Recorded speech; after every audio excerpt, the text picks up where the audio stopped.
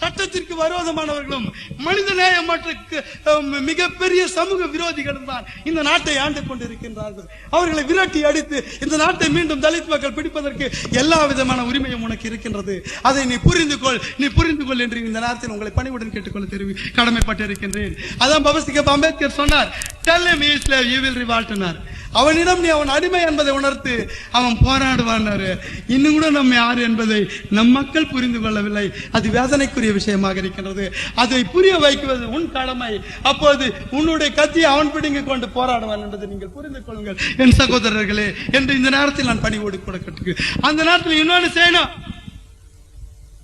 நம்ம ஆளுங்களையோ துரோகிங்க, எட்டப்பனுங்க, அடையாளம் காட்டுறவன், ஆள் காட்டுங்கெல்லாம் சாவச்ச வேண்டியதுதான். வேற வழியே கிடையாது. அப்பதான் லட்சியத்தை அடைய முடியும். இல்லைன்னா நம்ம குறுக்க வந்து நம்ம தொந்தரவு குத்துக்கிட்டே இருப்பான் என்பதை எல்லாம் நாம் புரிந்து கொள்ள